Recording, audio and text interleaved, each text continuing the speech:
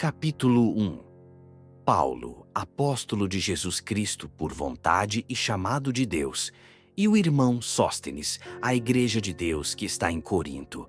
Dirigimo-nos àqueles que foram santificados em Jesus Cristo e chamados a ser santos, juntamente com todos os que invocam em todo lugar o nome de nosso Senhor Jesus Cristo, Senhor deles e nosso. Graça e paz a vocês da parte de Deus, nosso Pai, e do Senhor Jesus Cristo. Sem cessar, agradeço a Deus por causa de vocês, em vista da graça de Deus que lhes foi concedida em Jesus Cristo. Pois em Jesus é que vocês receberam todas as riquezas, tanto da palavra quanto do conhecimento. Na verdade, o testemunho de Cristo tornou-se firme em vocês, a tal ponto que não lhes falta nenhum dom, que esperam a revelação de nosso Senhor Jesus Cristo. É Ele que também os fortalecerá até o fim, para que vocês não sejam acusados no dia de nosso Senhor Jesus Cristo. O Deus que chamou vocês para a comunhão com o seu Filho Jesus Cristo, nosso Senhor, Ele é fiel. Eu lhes peço, irmãos, em nome de nosso Senhor Jesus Cristo, mantenham-se de acordo uns com os outros, para que não haja divisões. Sejam estreitamente unidos no mesmo espírito e no mesmo modo de pensar. Meus irmãos, alguns da casa de Cloé me informaram que entre vocês existem brigas. Eu me explico. É que uns dizem, eu sou de Paulo, e outros, eu sou de Apolo, e outros mais, eu sou de Pedro, outros ainda, eu sou de Cristo. Será que Cristo está dividido? Será que Paulo foi crucificado em favor de vocês? Ou será que vocês foram batizados em nome de Paulo? Agradeço a Deus o fato de eu não ter batizado ninguém de vocês, a não ser Crispo e Caio. Portanto, ninguém pode dizer que foi batizado em meu nome. Simulation. Batizei também a família de Estéfanas. Além deles, não me lembro de ter batizado nenhum outro de vocês. De fato, Cristo não me enviou para batizar, mas para anunciar o Evangelho, sem recorrer à sabedoria da linguagem, a fim de que não se torne inútil a cruz de Cristo. Pois a linguagem da cruz é loucura para aqueles que se perdem, mas para aqueles que se salvam, para nós, é poder de Deus. Pois a Escritura diz, destruirei a sabedoria dos sábios e rejeitarei a inteligência dos inteligentes. Onde está o sábio? Onde está o homem culto? Onde está o argumentador deste mundo? Por acaso Deus não tornou louca a sabedoria deste mundo? De fato, quando Deus mostrou a sua sabedoria, o mundo não reconheceu a Deus através da sabedoria. Por isso, através da loucura que pregamos, Deus quis salvar os que acreditam. Os judeus pedem sinais e os gregos procuram a sabedoria. Nós, porém, anunciamos Cristo crucificado, escândalo para os judeus e loucura para os pagãos. Mas para aqueles que são chamados, tanto judeus como gregos, Ele é o Messias, poder de Deus e sabedoria de Deus. A loucura de Deus é mais sábia do que os homens, e a fraqueza de Deus é mais forte do que os homens.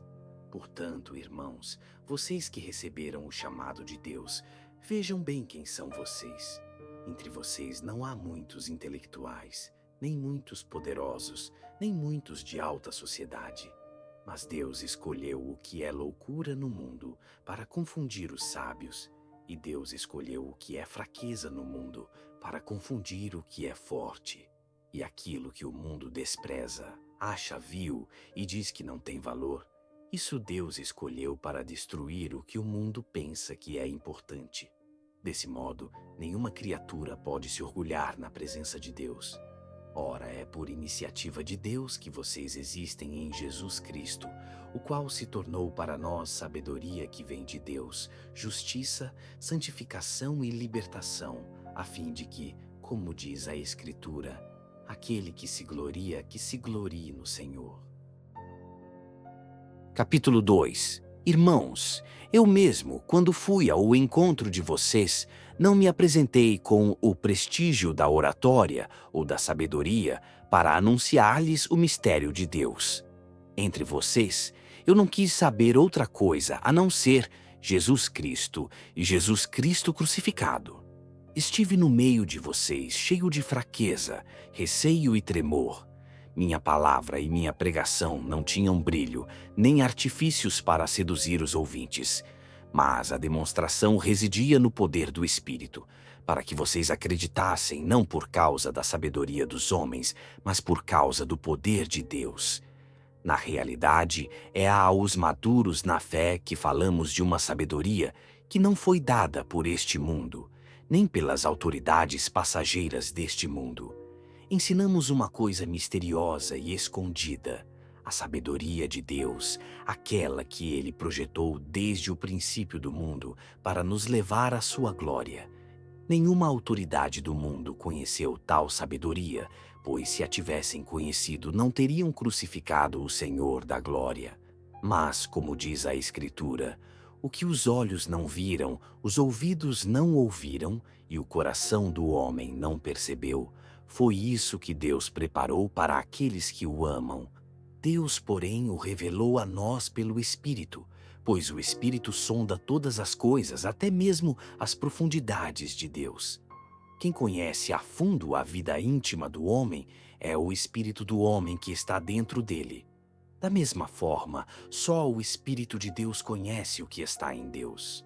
Quanto a nós, não recebemos o Espírito do mundo, mas o Espírito que vem de Deus, para conhecermos os dons da graça de Deus. Para falar desses dons, não usamos a linguagem ensinada pela sabedoria humana, mas a linguagem que o Espírito ensina, falando de realidades espirituais em termos espirituais. Fechado em si mesmo, o homem não aceita o que vem do Espírito de Deus. É uma loucura para ele e não pode compreender, porque são coisas que devem ser avaliadas espiritualmente.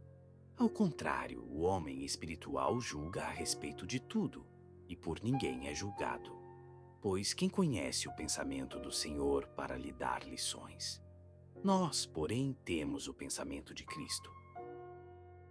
Capítulo 3.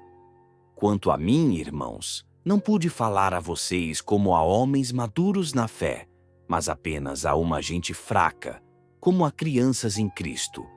Dei leite para vocês beberem, não alimento sólido, pois vocês não o podiam suportar. Nem mesmo agora o podem, pois ainda se deixam levar por instintos egoístas. De fato, se entre vocês há invejas e brigas, não será pelo fato de serem guiados por instintos egoístas e por se comportarem como qualquer um.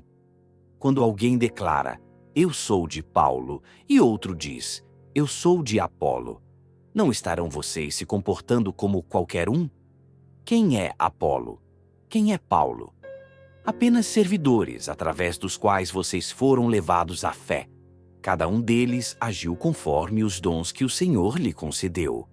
Eu plantei, Apolo regou, mas era Deus que fazia crescer. Assim, aquele que planta não é nada, e aquele que rega também não é nada.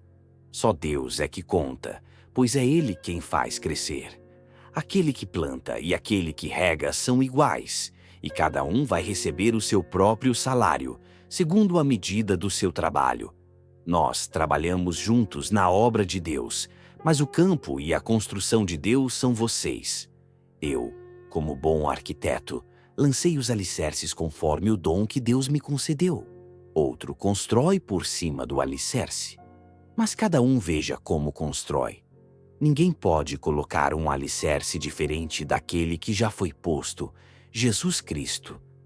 Se alguém constrói sobre o alicerce com ouro, prata, pedras preciosas, madeira, capim ou palha, a obra de cada um ficará em evidência.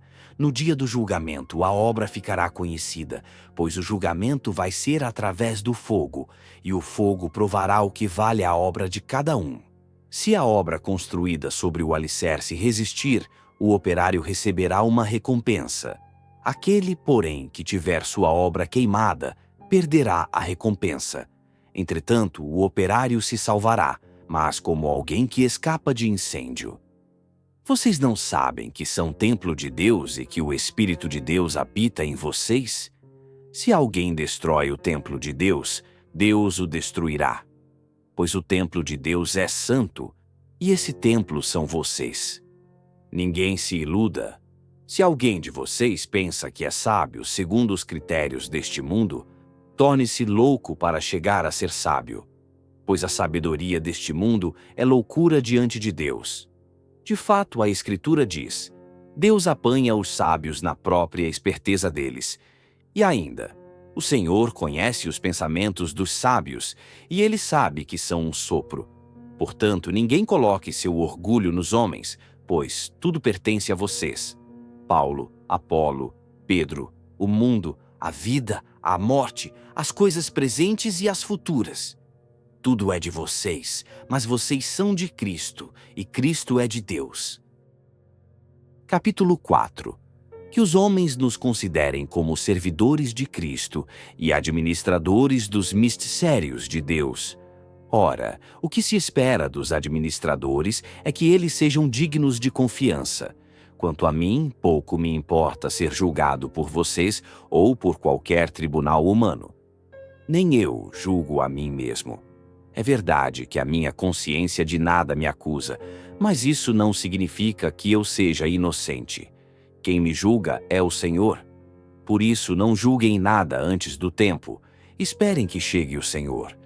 Ele porá às claras tudo o que se esconde nas trevas e manifestará as intenções dos corações. Então, cada um vai receber de Deus o louvor que lhe corresponde. Irmãos, vocês me obrigaram a aplicar essas verdades a Apolo e a mim. Aprendam nessa oportunidade a não se sentirem superiores por serem partidários de um contra o outro. Vejamos, em que você é mais do que os outros? O que é que você possui que não tenha recebido? Vocês já estão ricos e satisfeitos e se sentem reis sem nós. Tomara mesmo que se tivessem tornado reis. Assim nós também poderíamos reinar com vocês. Pelo que vejo, Deus reservou o último lugar para nós que somos apóstolos, como se estivéssemos condenados à morte, porque nos tornamos espetáculo para o mundo, para os anjos e para os homens. Nós somos loucos por causa de Cristo, e vocês como são prudentes em Cristo. Nós somos fracos, vocês são fortes. Vocês são bem considerados, nós somos desprezados.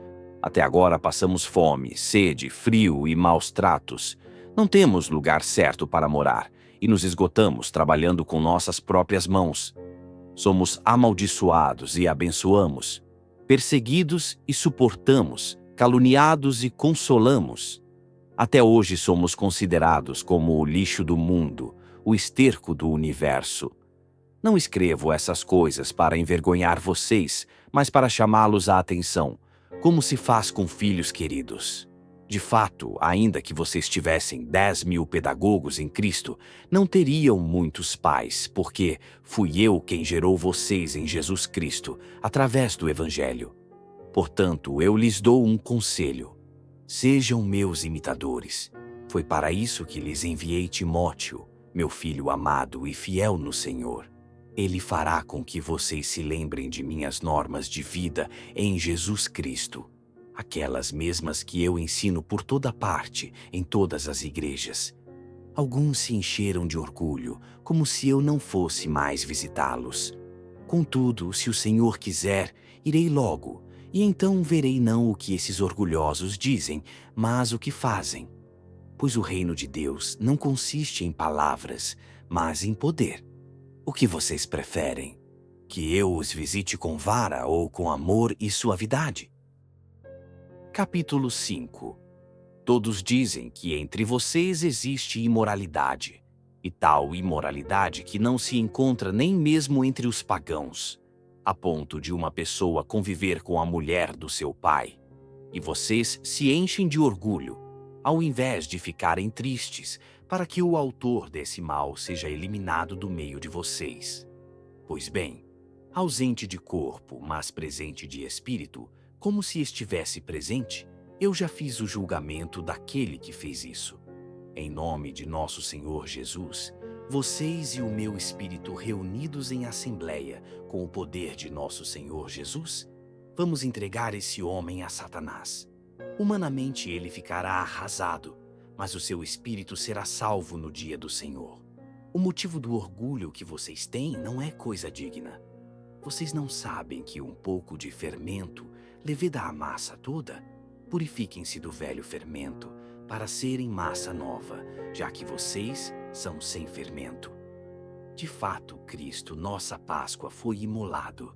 Portanto, celebremos a festa, não com o velho fermento, nem com o fermento de malícia e perversidade, mas com pães sem fermento, isto é, na sinceridade e na verdade. Em minha carta escrevi para vocês não se relacionarem com gente imoral. Não quis dizer que vocês devem separar-se dos imorais deste mundo, ou dos avarentos, ladrões e idólatras. Se assim fosse, vocês teriam que sair deste mundo. Não. Escrevi que vocês não devem associar-se com alguém que traz o nome de irmão, e no entanto é imoral, avarento, idólatra, caluniador, beberrão ou ladrão. Com pessoas assim, vocês não devem nem sentar-se à mesa. Por acaso compete a mim julgar aqueles que estão fora? Não são os de dentro que vocês devem julgar? Deus é quem vai julgar os que estão fora. Afastem do meio de vocês o homem mau. Capítulo 6. Quando alguém de vocês tem uma questão com o outro, como ousam levar o caso para ser julgado pelos pagãos e não pelos membros da comunidade? Então vocês não sabem que os cristãos é que vão julgar o mundo? E se é por vocês que o mundo vai ser julgado, seriam vocês indignos de julgar coisas menos importantes? Vocês não sabem que nós haveremos de julgar os anjos? Quanto mais as coisas da vida cotidiana. No entanto, quando vocês têm processos desta vida para serem julgados, vocês tomam como juízes pessoas que não têm autoridade na igreja. Digo isso para que vossos se envergonhem. Será que entre vocês não existe ninguém suficientemente sábio para servir de juiz entre os irmãos? No entanto, um irmão é intimado em juízo por outro irmão, isso diante de infiéis. Só o fato de existirem questões entre vocês já mostra que vocês falharam completamente. Não seria melhor sofrer uma injustiça? Não seria melhor ser roubado? Ao contrário, são vocês que roubam e cometem injustiça, e isso com os próprios irmãos. Vocês não sabem que os injustos não herdarão o reino de Deus? Não se iludam. Nem os imorais, nem os idólatras, nem os adúlteros, nem os depravados, nem os efeminados, nem os sodomitas, nem os ladrões, nem os avarentos, nem os bêbados, nem os caluniadores irão herdar o reino de Deus. Alguns de vocês eram assim, mas vocês se lavaram, foram santificados e reabilitados pelo nome do Senhor Jesus Cristo e pelo Espírito do nosso Deus. Posso fazer tudo o que quero. Sim, mas nem tudo me convém. Posso fazer tudo o que quero, mas não deixarei que nada me escravize. Os alimentos são para o estômago e o estômago para os alimentos. Sim, mas Deus destruirá os dois. Ora, o corpo não é para a imoralidade, e sim para o Senhor, e o Senhor é para o corpo. Deus, que ressuscitou o Senhor, ressuscitará também a nós pelo seu poder. Vocês não sabem que seus corpos são membros de Cristo? Tomarei, então, os membros de Cristo para fazê-los membros de uma prostituta? Claro que não. E vocês não sabem que aquele que se une a uma prostituta forma com ela um só corpo? Pois assim está na Escritura: os dois serão uma só carne. Ao contrário, aquele que se une ao Senhor forma com ele um só espírito. Fujam da imoralidade. Qualquer outro pecado que o homem comete é exterior ao seu corpo. Mas quem se entrega à imoralidade peca contra o seu próprio corpo. Ou vocês não sabem que o seu corpo é templo do Espírito Santo, que está em vocês e lhes foi dado por Deus? Vocês já não pertencem a si mesmos. Alguém pagou alto preço pelo resgate de vocês. Portanto, glorifiquem a Deus no corpo de vocês. Capítulo 7. Passemos agora ao que vocês escreveram. É bom que o homem se abstenha de mulher. Todavia, para evitar a imoralidade, cada homem tenha a sua esposa e cada mulher o seu marido. O marido cumpra o dever conjugal para com a esposa, e a esposa faça o mesmo com o marido. A esposa não é dona do seu próprio corpo, e sim o marido. Do mesmo modo, o marido não é dono do seu próprio corpo, e sim a esposa. Não se recusem um ao outro, a não ser que estejam de comum acordo e por algum tempo para se entregarem à oração. Depois disso, voltem a unir-se, a fim de que Satanás não os tente por não poderem dominar-se. Digo isso como concessão, e não como ordem. Eu gostaria que todos os homens fossem como eu. Mas cada um recebe de Deus o seu dom particular. Um tem este dom e outro tem aquele. Aos solteiros e às viúvas, digo que seria melhor que ficassem como eu. Mas, se não são capazes de dominar seus desejos, então se casem, pois é melhor casar-se do que ficar fervendo. Aos que estão casados, tenho uma ordem. Aliás, não eu, mas o Senhor. A esposa não se separe do marido. E caso venha a separar-se, não se case de novo, ou então se reconcilie com o marido. E o marido não se divorcie de sua esposa. Aos outros sou eu que digo, não o Senhor. Se algum irmão tem esposa que não é cristã e ela concorda em viverem juntos, não se divorcie dela. E se alguma mulher tem marido que não é cristão e ele concorda em viverem juntos, não se divorcie dele. Pois o marido não cristão é santificado pela esposa cristã, e a esposa não cristã é santificada pelo marido cristão. Se assim não fosse, seus filhos seriam impuros, quando na realidade são consagrados a Deus. Se o não cristão quiser separar-se, que se separe.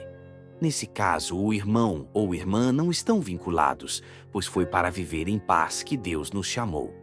Na verdade, ó mulher, como pode você ter certeza de que salvará o seu marido? E você, marido, como pode saber que salvará a sua mulher? De resto, cada um continue vivendo na condição em que o Senhor o colocou, tal como vivia quando foi chamado. É o que ordeno em todas as igrejas. Alguém foi chamado à fé quando já era circuncidado? Não procure disfarçar a sua circuncisão. Alguém não era circuncidado quando foi chamado à fé? Não se faça circuncidar. Não tem nenhuma importância estar ou não estar circuncidado. O que importa é observar os mandamentos de Deus. Cada um permaneça na condição em que se encontrava quando foi chamado. Você era escravo quando foi chamado? Não se preocupe com isso. Mas, se você pode se tornar livre, não deixe passar a oportunidade, porque o escravo que foi chamado no Senhor é liberto no Senhor. Da mesma forma, aquele que era livre quando foi chamado é escravo de Cristo. Alguém pagou alto preço pelo resgate de vocês. Não se tornem escravos de homens. Irmãos, cada um permaneça diante de Deus, na condição em que se encontrava quando foi chamado. Quanto às pessoas virgens, não tenho nenhum preceito do Senhor. Porém, como homem que pela misericórdia do Senhor é digno de confiança, dou apenas um conselho. Considero boa a condição das pessoas virgens por causa das angústias presentes. Claro, é bom que o homem continue assim. Você está ligado a uma mulher? Não se separe. Você não está ligado a uma mulher? Não procure mulher. Contudo, se você se casar, não estará cometendo pecado. E se uma virgem se casar, não estará cometendo pecado. No entanto, essas pessoas terão que suportar fardos pesados, e eu desejaria poupar vocês. Uma coisa eu digo a vocês, irmãos: o tempo se tornou breve. De agora em diante, aqueles que têm esposa, comportem-se como se não a tivessem.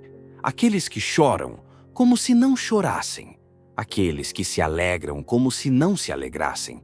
Aqueles que compram, como se não possuíssem. Os que tiram partido deste mundo, como se não desfrutassem.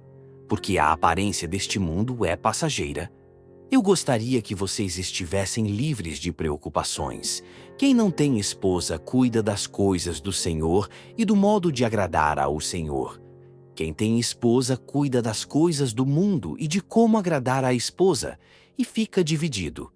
Assim também a mulher solteira e a virgem cuidam das coisas do Senhor, a fim de serem santas de corpo e espírito. Mas a mulher casada cuida das coisas do mundo e de como possa agradar ao marido. Digo isso para o bem de vocês, não para armar uma cilada, somente para que vocês façam o que é mais nobre e possam permanecer sem distração junto ao Senhor. Se alguém, transbordando de paixão, acha que não conseguirá respeitar a noiva e que as coisas devem seguir o seu curso, faça o que quiser. Não peca, que se case. Ao contrário, se alguém, por firme convicção, sem constrangimento e no pleno uso de sua vontade, resolve respeitar a sua noiva, está agindo bem. Portanto, quem se casa com sua noiva faz bem, e quem não se casa procede melhor ainda. A esposa está ligada ao marido durante todo o tempo em que ele viver. Se o marido morrer, ela ficará livre para casar-se com quem quiser, mas apenas no Senhor. A meu ver, porém, ela será mais feliz se ficar como está. Penso que eu também possuo o Espírito de Deus. Capítulo 8. Quanto às carnes sacrificadas aos ídolos, sabemos que todos nós temos conhecimento. Mas o conhecimento envaidece, é o amor que constrói. Quando alguém julga ter alcançado o saber, é porque ainda não sabe onde está o verdadeiro conhecimento. Ao contrário, se alguém ama a Deus, é conhecido por Deus. Portanto, quanto ao consumo de carnes imoladas aos ídolos, sabemos que um ídolo não é nada no mundo, e não existe outro Deus a não ser o Deus único. É verdade que existem aqueles que são chamados deuses, tanto no céu como na terra, e neste sentido há muitos deuses e muitos senhores. Contudo, para nós existe um só Deus, o Pai. Dele tudo procede, e para ele é que existimos. E há um só Senhor, Jesus Cristo, por quem tudo existe e por meio do qual também nós existimos. Mas nem todos têm esse conhecimento. Alguns, até há pouco acostumados ao culto dos ídolos, comem a carne dos sacrifícios, como se fosse realmente oferecida aos ídolos, e a consciência deles, que é fraca, fica manchada. Não são os alimentos que nos aproximam de Deus. Se deixamos de comer, nada perdemos, e se comemos, nada lucramos. Cuidem, porém, que a liberdade de vocês não se torne ocasião de queda para os fracos. Você tem consciência esclarecida, mas alguém o vê sentado à mesa num templo de ídolo. Será que esse alguém, tendo consciência fraca, não se verá arrastado a comer carne sacrificada aos ídolos?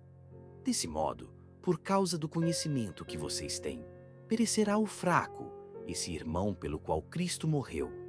Se vocês pecam assim contra os próprios irmãos e ferem a consciência deles, que é fraca, é contra Cristo que vocês estão pecando.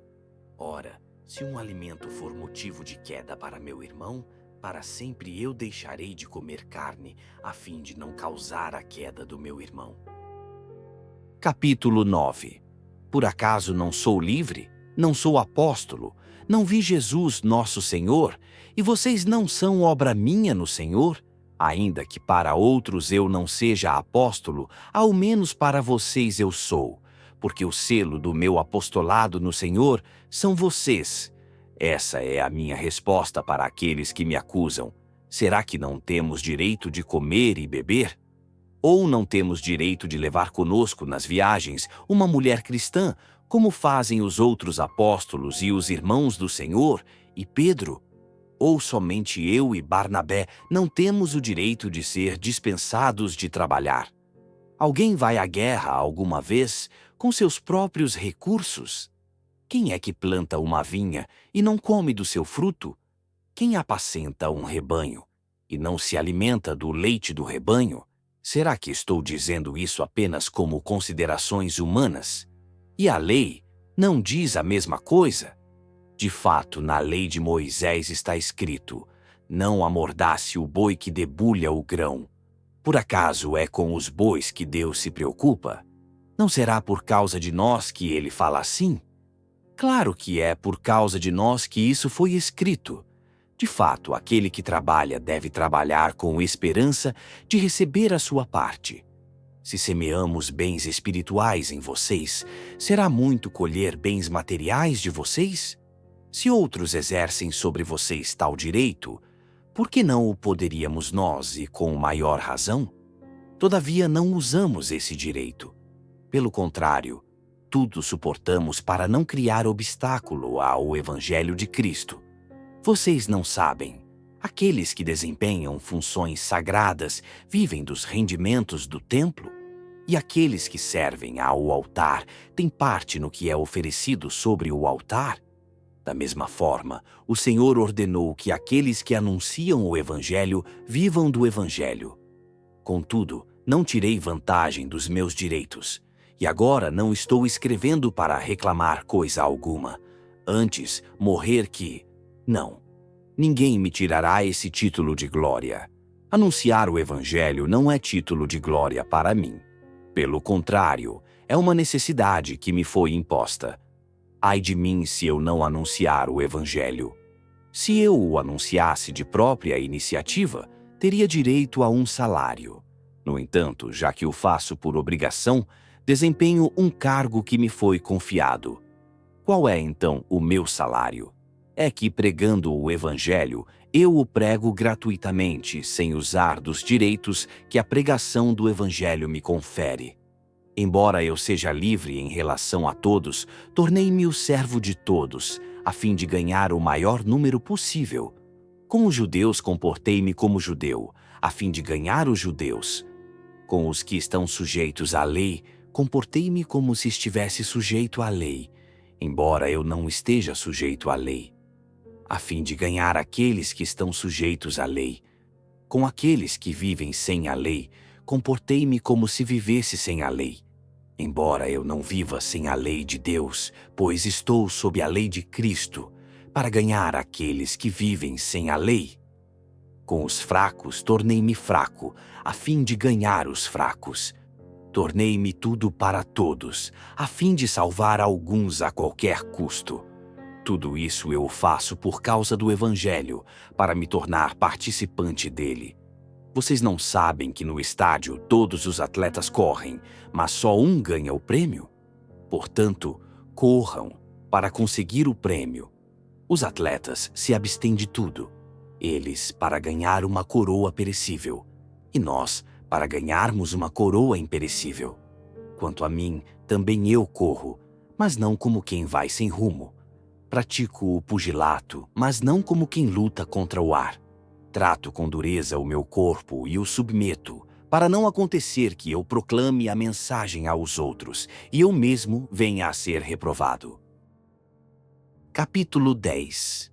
Irmãos, não quero que vocês ignorem uma coisa. Todos os nossos antepassados estiveram sob a nuvem, todos atravessaram o mar, e na nuvem e no mar, todos receberam um batismo que os ligava a Moisés. Todos comeram o mesmo alimento espiritual e todos beberam a mesma bebida espiritual, pois bebiam de uma rocha espiritual que os acompanhava. E essa rocha era Cristo. Apesar disso, a maioria deles não agradou a Deus e caíram mortos no deserto. Ora, esses fatos aconteceram como exemplo para nós, para que não cobicemos coisas más como eles cobiçaram. Não se tornem idólatras como alguns deles, conforme está na Escritura. O povo sentou-se para comer e beber. Depois se levantaram para se divertir. Nem nos entreguemos à imoralidade, como alguns deles se entregaram, de modo que, num só dia, morreram 23.000. Não tentemos ao Senhor, como alguns deles tentaram, e morreram vitimados pelas serpentes. Não murmurem como alguns deles murmuraram, e pereceram em mãos do anjo exterminador. Tais coisas aconteceram a eles como exemplo, e foram escritas para nossa instrução, a nós que vivemos no fim dos tempos. Portanto, aquele que julga estar em pé, tome cuidado para não cair. Vocês não foram tentados além do que podiam suportar, porque Deus é fiel e não permitirá que sejam tentados acima das forças que vocês têm. Mas, junto com a tentação, Ele dará a vocês os meios de sair dela e a força para suportá-la. Por isso, amados, fujam da idolatria. Falo a vocês como a pessoas sensatas. Julguem vocês mesmos o que estou dizendo. O cálice da bênção que nós abençoamos não é comunhão com o sangue de Cristo. O pão que partimos não é comunhão com o corpo de Cristo. E como há um único pão, nós, embora muitos, somos um só corpo, pois participamos todos desse único pão. Considerem o povo de Israel. Quando comem as vítimas sacrificadas, não estão eles em comunhão com o altar? E o que quero eu dizer com isso? Que a carne sacrificada aos ídolos seja alguma coisa?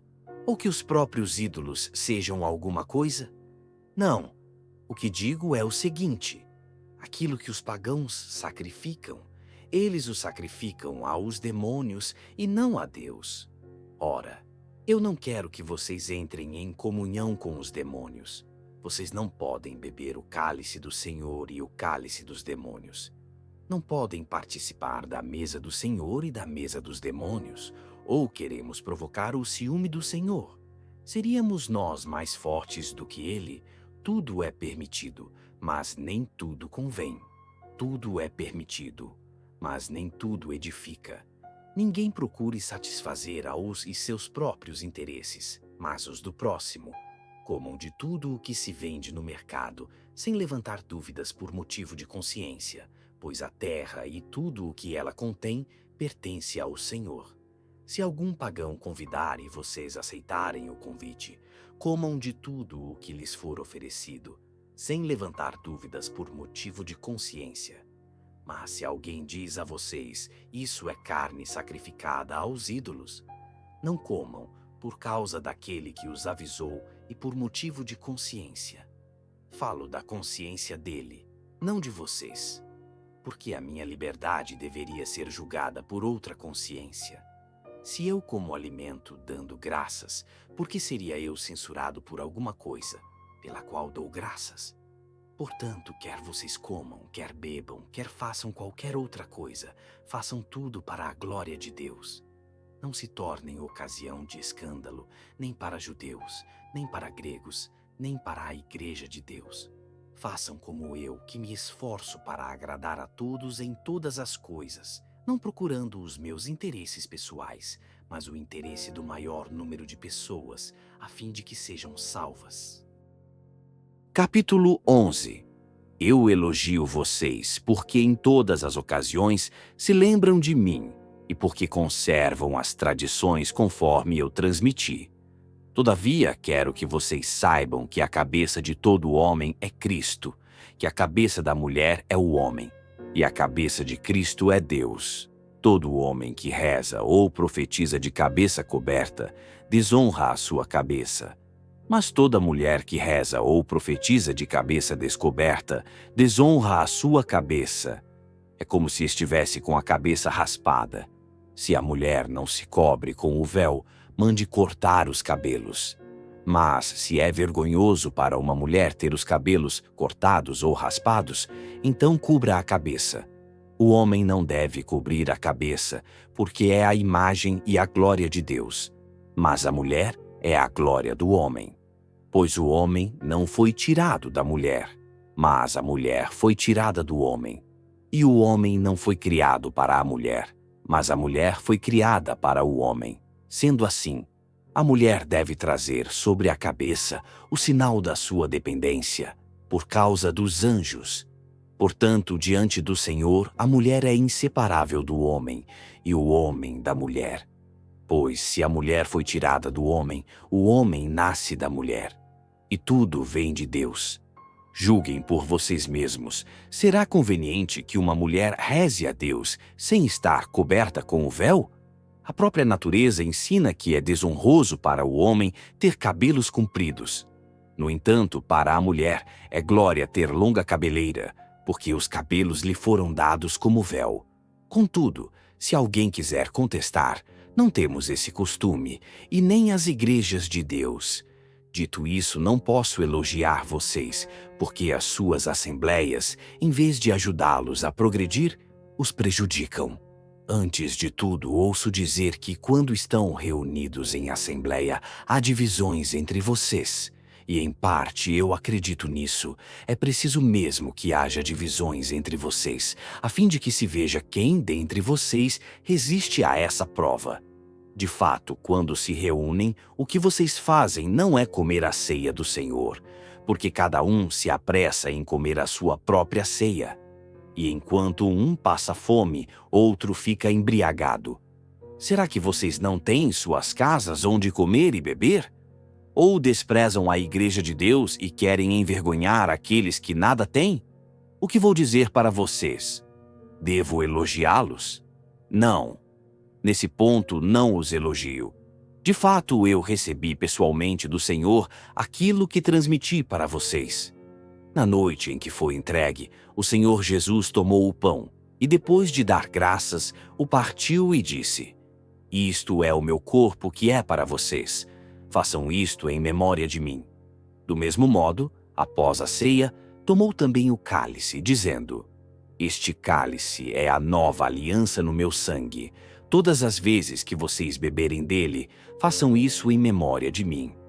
Portanto, todas as vezes que vocês comem deste pão e bebem deste cálice, estão anunciando a morte do Senhor, até que ele venha.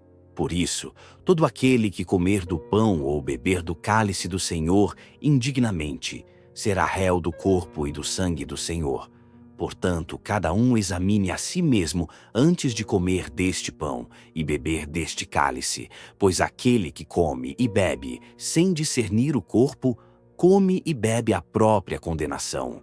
É por isso que entre vocês há tantos fracos e enfermos, e muitos morreram. Se nós examinássemos a nós mesmos, não seríamos julgados. Mas o Senhor nos corrige por meio de seus julgamentos, para que não sejamos condenados com o mundo.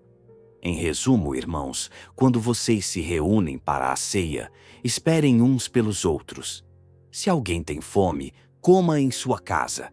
Assim vocês não estarão se reunindo para a própria condenação. Quanto ao resto, darei instruções quando aí chegar. Capítulo 12. Sobre os dons do Espírito, irmãos, não quero que vocês fiquem na ignorância. Vocês sabem que quando eram pagãos, se sentiam irresistivelmente arrastados para os ídolos mudos. Por isso, eu declaro a vocês que ninguém, falando sob a ação do Espírito de Deus, jamais poderá dizer, Maldito Jesus. E ninguém poderá dizer, Jesus é o Senhor, a não ser sob a ação do Espírito Santo. Existem dons diferentes, mas o Espírito é o mesmo. Diferentes serviços, mas o Senhor é o mesmo. Diferentes modos de agir, mas é o mesmo Deus que realiza tudo em todos. Cada um recebe o dom de manifestar o Espírito para a utilidade de todos. A um, o Espírito dá a palavra de sabedoria. A outro, a palavra de ciência segundo o mesmo Espírito. A outro, o mesmo Espírito dá a fé. A outro ainda, o único e mesmo Espírito concede o dom das curas. A outro, o poder de fazer milagres. A outro, a profecia. A outro, o discernimento dos espíritos. A outro, o dom de falar em línguas. A outro ainda, o dom de as interpretar. Mas é o único e mesmo Espírito quem realiza tudo isso, distribuindo os seus dons a cada um conforme ele quer. De fato, o corpo é um só, mas tem muitos membros, e, no entanto, apesar de serem muitos, todos os membros do corpo formam um só corpo. Assim acontece também com Cristo, pois todos fomos batizados num só Espírito para sermos um só corpo, quer sejamos judeus ou gregos, quer escravos ou livres, e todos bebemos de um só Espírito. O corpo não é feito de um só membro, mas de muitos. Se o pé diz, eu não sou mão, logo não pertenço ao corpo, nem por isso deixa de fazer parte do corpo. E se o ouvido diz, eu não sou o olho, logo não pertenço ao corpo. nem por isso deixa de fazer parte do corpo. Se o corpo inteiro fosse olho, onde estaria o ouvido? Se todo ele fosse ouvido, onde estaria o olfato? Deus é quem dispôs cada um dos membros no corpo, segundo a sua vontade. Se o conjunto fosse um só membro, onde estaria o corpo? Há, portanto, muitos membros, mas um só corpo. O olho não pode dizer à mão, não preciso de você. E a cabeça não pode dizer aos pés, não preciso de vocês. Os membros do corpo que parecem mais fracos são os mais necessários, e aqueles membros do corpo que parecem menos dignos de honra são os que cercamos de maior honra. E os nossos membros que são menos decentes, nós os tratamos com maior decência. Os que são decentes não precisam desses cuidados. Deus dispôs o corpo de modo a conceder maior honra ao que é menos nobre, a fim de que não haja divisão no corpo, mas os membros tenham igual cuidado uns para com os outros. Se o membro sofre, todos os membros participam do seu sofrimento. Se um membro é honrado, todos os membros participam de sua alegria. Ora, vocês são o corpo de Cristo e são membros dele, cada um no seu lugar. Aqueles que Deus estabeleceu na igreja são, em primeiro lugar, apóstolos, em segundo lugar, profetas, em terceiro lugar, mestres. A seguir vêm os dons dos milagres, das curas, da assistência, da direção e o dom de falar em línguas. Por acaso são todos apóstolos? Todos profetas? Todos mestres? Todos realizam milagres? Têm todos o dom de curar? Todos falam línguas? Todos as interpretam? Aspirem aos dons mais altos. Aliás, vou indicar para vocês um caminho que ultrapassa a todos. Capítulo 13. Ainda que eu falasse línguas as dos homens e dos anjos, se eu não tivesse o amor, seria como sino ruidoso ou como símbolo estridente. Ainda que eu tivesse o dom da profecia, o conhecimento de todos os mistérios e de toda a ciência, ainda que eu tivesse toda a fé, a ponto de transportar montanhas, se não tivesse o amor, eu não seria nada.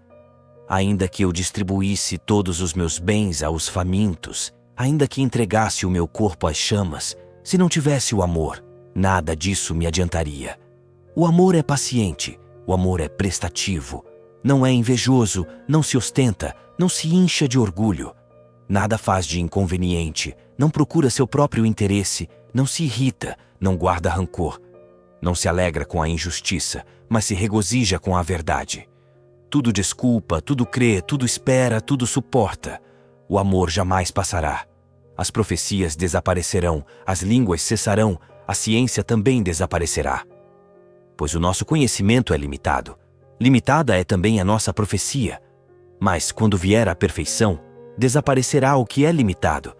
Quando eu era criança, falava como criança, pensava como criança, raciocinava como criança. Depois que me tornei adulto, deixei o que era próprio de criança. Agora vemos como em espelho e de maneira confusa, mas depois veremos face a face. Agora o meu conhecimento é limitado, mas depois conhecerei como sou conhecido. Agora, portanto, permanecem estas 3 coisas: a fé, a esperança e o amor. A maior delas, porém, é o amor. Capítulo 14. Procurem o amor. Entretanto, aspirem aos dons do Espírito, principalmente a profecia. Pois aquele que fala em línguas não fala aos homens, mas a Deus. Ninguém o entende, pois ele, em espírito, diz coisas incompreensíveis. Mas aquele que profetiza fala aos homens, edifica, exorta, consola. Aquele que fala em línguas edifica a si mesmo, ao passo que aquele que profetiza edifica a assembleia. Eu desejo que vocês todos falem em línguas, mas prefiro que profetizem. Aquele que profetiza é maior do que aquele que fala em línguas, a menos que este mesmo as interprete, para que a assembleia seja edificada. Suponham, irmãos, que eu vá encontrá-los falando em línguas. Como serei útil se minha palavra não levar para vocês nem revelação, nem ciência, nem profecia, nem ensinamento? O mesmo acontece com os instrumentos musicais, como a flauta ou a cítara. Se não produzirem sons distintos, como reconhecer quem toca a flauta ou quem toca a cítara? E se a trombeta produzir um som confuso, quem se preparará para a guerra? Assim também vocês. Se a sua linguagem não se exprime em palavras inteligíveis, como se poderá compreender o que vocês dizem? Estarão falando ao vento. No mundo existem não sei quantas espécies de linguagem, e não existe nada sem linguagem. Ora, se eu não conheço a força da linguagem, serei como estrangeiro para aquele que fala, e aquele que fala será um estrangeiro para mim. Assim também vocês. Já que aspiram aos dons do Espírito, procurem tê-los em abundância para edificarem a igreja.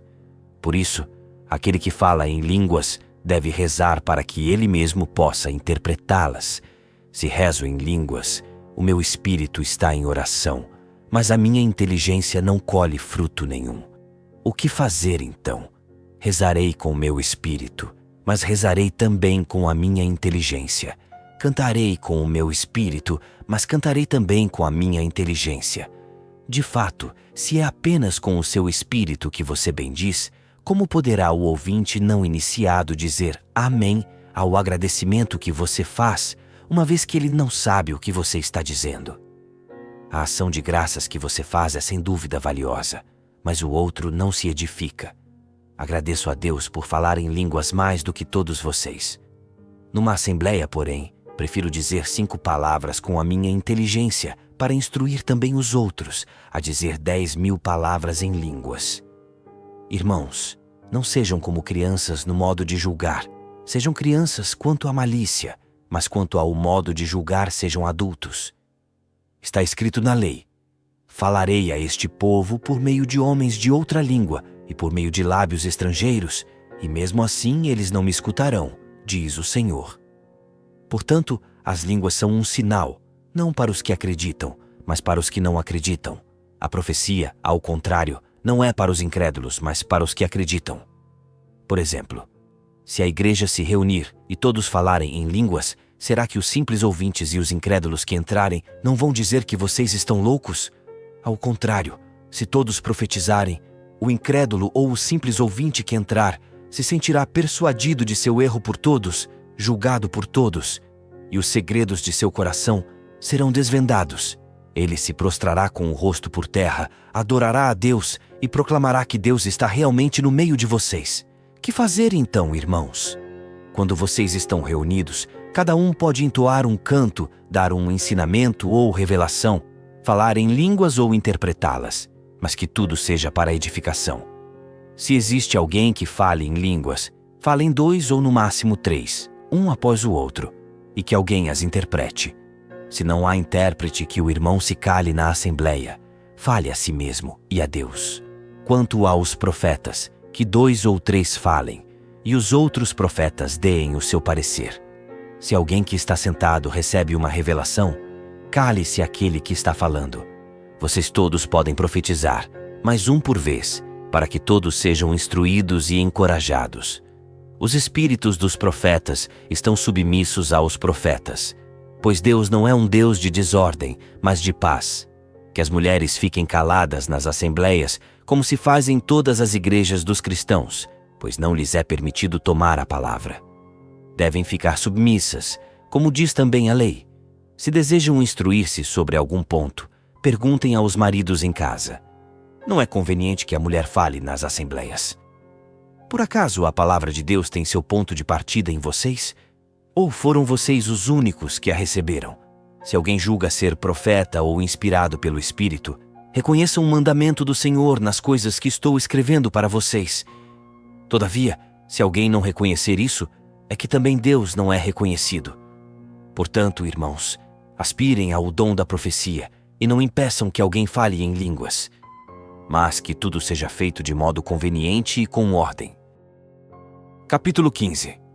Irmãos, lembro a vocês o evangelho que lhes anunciei, que vocês receberam e no qual permanecem firmes. É pelo evangelho que vocês serão salvos, contanto que o guardem do modo como eu lhes anunciei. Do contrário, vocês terão acreditado em vão. Por primeiro, eu lhes transmiti aquilo que eu mesmo recebi, isto é, Cristo morreu por nossos pecados, conforme as Escrituras. Ele foi sepultado. Ressuscitou ao 3º dia, conforme as Escrituras. Apareceu a Pedro e depois aos 12.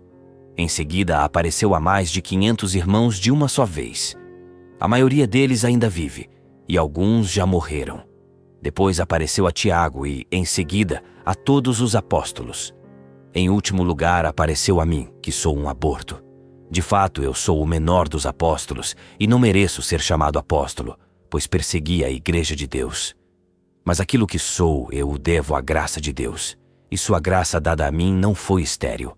Ao contrário, trabalhei mais do que todos eles. Não eu, mas a graça de Deus que está comigo. Portanto, aí está o que nós pregamos, tanto eu como eles. Aí está aquilo no qual vocês acreditaram. Ora, se nós pregamos que Cristo ressuscitou dos mortos, como é que alguns de vocês dizem que não há ressurreição dos mortos?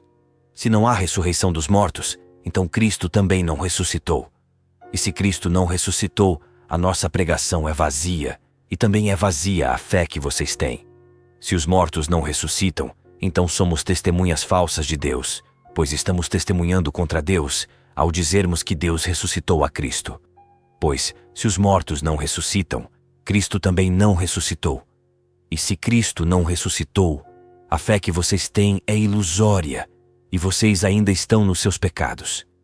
E desse modo, aqueles que morreram em Cristo estão perdidos. Se a nossa esperança em Cristo é somente para esta vida, nós somos os mais infelizes de todos os homens. Mas não, Cristo ressuscitou dos mortos como o primeiro fruto dos que morreram.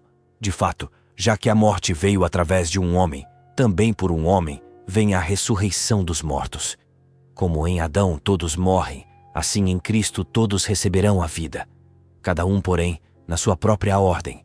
Cristo como primeiro fruto, depois, aqueles que pertencem a Cristo por ocasião da sua vinda. A seguir, chegará o fim, quando Cristo entregar o reino a Deus Pai, depois de ter destruído todo o principado, toda a autoridade, todo o poder. Pois é preciso que ele reine, até que tenha posto todos os seus inimigos debaixo dos seus pés. O último inimigo a ser destruído será a morte, pois Deus tudo colocou debaixo dos pés de Cristo. Mas quando se diz que tudo lhe será submetido, é claro que se deve excluir Deus, que tudo submeteu a Cristo. E quando todas as coisas lhe tiverem sido submetidas, então o próprio Filho se submeterá àquele que tudo lhe submeteu, para que Deus seja tudo em todos. Se não fosse assim, o que ganhariam aqueles que se fazem batizar em favor dos mortos? Se os mortos realmente não ressuscitam, por que se fazer batizar em favor deles? E nós mesmos, por que nos expomos ao perigo a todo momento? Diariamente estou correndo perigo de morte, tão certo, irmãos, quanto são vocês a minha glória em Jesus Cristo nosso Senhor. Para mim, de que teria adiantado lutar contra as feras em Éfeso, se eu tivesse apenas interesses humanos? Se os mortos não ressuscitam, comamos e bebamos, pois amanhã morreremos. Não se deixem iludir. As más companhias corrompem os bons costumes. Voltem a viver a vida séria e correta, e não pequem, pois alguns de vocês ignoram tudo a respeito de Deus. Digo isso para que vocês sintam vergonha. Todavia, alguém dirá: como é que os mortos ressuscitam? Com que corpo voltarão? Insensato! Aquilo que você semeia não volta à vida, a não ser que morra. E o que você semeia não é o corpo da futura planta que deve nascer, mas simples grão de trigo ou de qualquer outra espécie. A seguir, Deus lhe dá corpo como quer. Ele dá a cada uma das sementes o corpo que lhe é próprio. Nenhuma carne é igual às outras. A carne dos homens é de um tipo, a dos animais é de outro, e de outro a dos pássaros, e de outro ainda a dos peixes. Há corpos celestes e há corpos terrestres. O brilho dos celestes, porém, é diferente do brilho dos terrestres. Uma coisa é o brilho do sol, outra o brilho da lua, e outra o brilho das estrelas. E até de estrela para estrela há diferença de brilho. O mesmo acontece com a ressurreição dos mortos. O corpo é semeado corruptível, mas ressuscita incorruptível. É semeado desprezível, mas ressuscita glorioso. É semeado na fraqueza, mas ressuscita cheio de força. É semeado corpo animal, mas ressuscita corpo espiritual. Se existe um corpo animal, também existe um corpo espiritual, pois a Escritura diz que Adão, o primeiro homem, tornou-se um ser vivo, mas o último Adão tornou-se espírito que dá a vida. Primeiro, não foi feito o corpo espiritual, mas o animal, e depois o espiritual. O primeiro homem foi tirado da terra e é terrestre. O segundo homem vem do céu. O homem feito da terra foi o modelo dos homens terrestres. O homem do céu é o modelo dos homens celestes. E assim como trouxemos a imagem do homem terrestre, assim também traremos a imagem do homem celeste. Eu lhes digo, irmãos, que a carne e o sangue não podem receber em herança o reino de Deus, nem a corrupção herdar a incorruptibilidade. Vou dar a conhecer a vocês um mistério. Nem todos morreremos, mas todos seremos transformados, num instante, num abrir e fechar de olhos, ao som da trombeta final. Sim, a trombeta tocará, e os mortos ressurgirão incorruptíveis, e nós seremos transformados. De fato, é necessário que este ser corruptível seja revestido da incorruptibilidade, e que este ser mortal seja revestido da imortalidade. Portanto, quando este ser corruptível for revestido da incorruptibilidade, e este ser mortal for revestido da imortalidade, então se cumprirá a palavra da Escritura. A morte foi engolida pela vitória. Morte, onde está a sua vitória? Morte, onde está o seu ferrão? O ferrão da morte é o pecado, e a força do pecado é a lei. Graças sejam dadas a Deus, que nos dá a vitória por meio de nosso Senhor Jesus Cristo. Assim, queridos irmãos, sejam firmes e inabaláveis. Façam continuamente progressos na obra do Senhor, sabendo que a fadiga de vocês não é inútil no Senhor. Capítulo 16. Quanto à coleta em favor dos irmãos, façam como eu ordenei às igrejas da Galácia. Todo primeiro dia da semana, cada um coloque de lado aquilo que conseguiu economizar. Desse modo, vocês não precisarão esperar que eu chegue para fazer a coleta. Quando eu chegar, mandarei com uma carta minha aqueles que vocês tiverem escolhido para levar suas ofertas a Jerusalém. Se for conveniente que eu mesmo vá, eles farão a viagem comigo. Irei até vocês depois de passar pela Macedônia, pois pretendo apenas atravessar a Macedônia. Mas talvez eu fique com vocês ou até passe o inverno, para que vocês me deem os meios de prosseguir viagem. Não quero vê-los apenas de passagem. Se o Senhor permitir, espero ficar algum tempo com vocês. Vou permanecer em Éfeso até Pentecostes, pois aqui se abriu uma porta larga e cheia de perspectivas para mim. E os adversários são muitos. Quando Timóteo for encontrar vocês, cuidem que esteja sem receios no meio de vocês, pois ele trabalha como eu na obra do Senhor. Portanto, que ninguém o despreze. Deem a ele os meios de voltar em paz para junto de mim, pois eu com os irmãos o esperamos. Quanto ao nosso irmão Apolo, insisti que ele fosse com os irmãos visitar vocês, mas ele não quis de jeito nenhum ir agora. Irá quando tiver oportunidade. Sejam vigilantes, permaneçam firmes na fé, sejam homens, sejam fortes. Façam tudo com amor. Mais uma recomendação, irmãos. Vocês conhecem a família de Estéfanas, que é o primeiro fruto da Acaia. Eles se dedicaram ao serviço dos irmãos. Sejam atenciosos para com pessoas de tal valor e para com todos os que colaboram e se afadigam na mesma obra. Eu me alegro com a visita de Estéfanas, Fortunato e Acaico, pois eles compensaram a ausência de vocês e tranquilizaram o meu espírito e o de vocês. Saibam apreciar pessoas de tal valor. As igrejas da Ásia mandam saudações. Áquila e Prisca, com a igreja que se reúne na casa deles, mandam efusivas saudações no Senhor. Todos os irmãos mandam saudações. Saúdem-se uns aos outros com o beijo santo. A saudação é do meu próprio punho. Paulo. Se alguém não ama o Senhor, seja anátema. Maranatá. Que a graça do Senhor Jesus esteja com vocês. Eu amo a todos vocês em Jesus Cristo.